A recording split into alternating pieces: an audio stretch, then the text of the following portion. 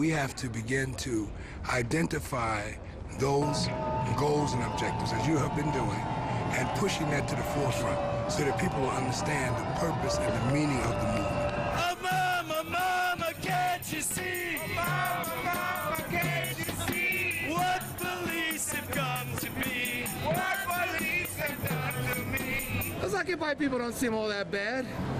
They're not just a bunch of losers. By the way, I have a very good job. People have jobs here. That's all nonsense. Oh, they don't have jobs, they're losers. This land is your land. This land is my land. From the Redwood California to the New York Island. From the Redwood Forest to the Gulf Stream Wall. This land was made for you and me.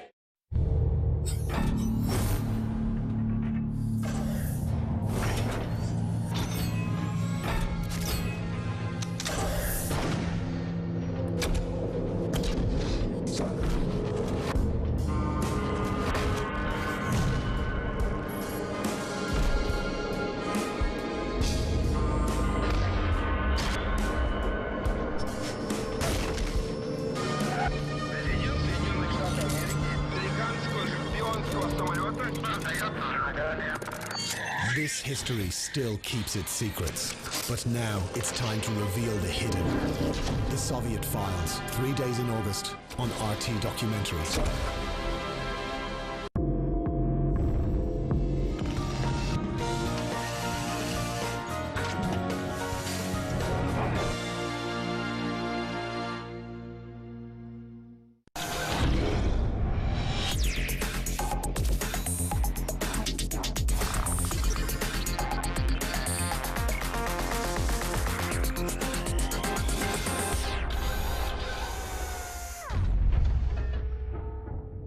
A lot of the work for ITER has been carried out here in St. Petersburg, and what better place to come than the IOFA Institute, which is the birthplace of nuclear physics in Russia. It is also home to the country's newest tokamak, the Globus M. Kurchatov himself worked as a senior researcher at the IOFA Institute before moving to Moscow to head his own lab. As well as developing many diagnostic systems for ITER, the Institute has also built a tokamak of its own. It uses a device to study plasma behaviour as well as test out auxiliary heating systems, but it's not like any tokamak we've seen before. The Globus M is a spherical tokamak. It's also the newest in Russia and was built entirely in St. Petersburg. It's more compact than traditional tokamaks, so the magnets are located much closer to the plasma, which greatly reduces the amount of energy required to confine it. The shape of the chamber also makes the plasma inherently more stable, and an increase in efficiency is achieved by holding the plasma much more centrally.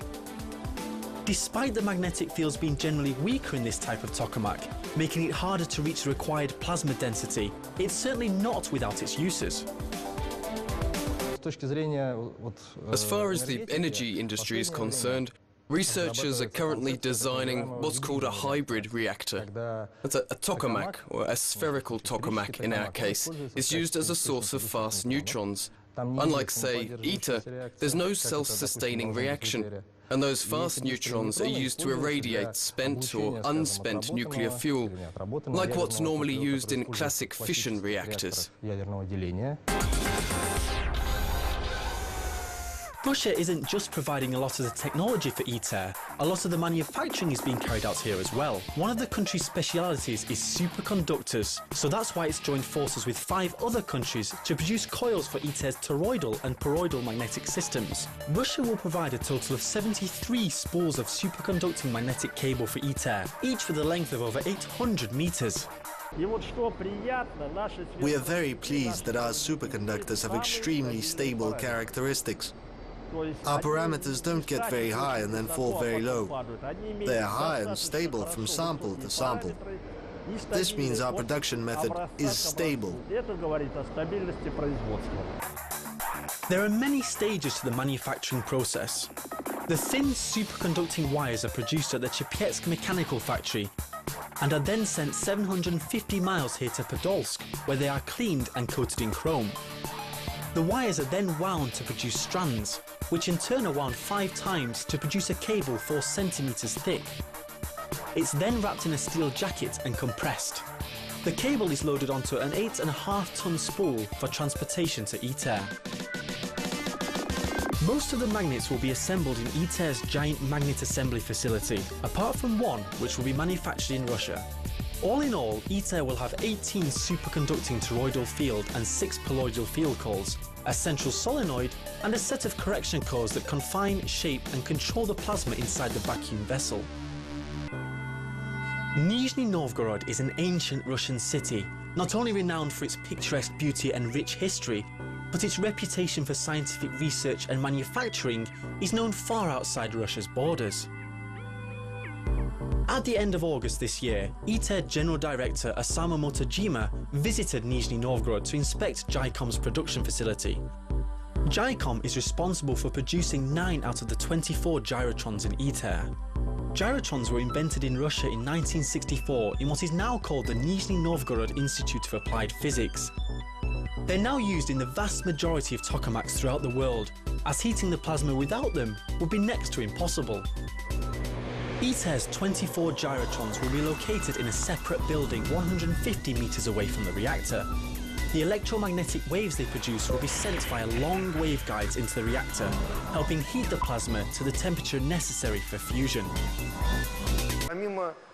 We see ITER as a regular customer, since we've agreed to supply it with 9 gyrotrons by the year 2020. They're a regular customer, but we also hope to be able to sell 2 or 3 more gyrotrons under other contracts in the same period. Gyro is Latin for circle, and tron is taken from electron, so it's a pretty good name for a device that's based on the rotating motion of electrons. In a gyrotron, beams of electrons are accelerated towards a cavity where a strong magnetic field is applied. The interaction between the rotating motion of the electrons and the magnetic field generates high-frequency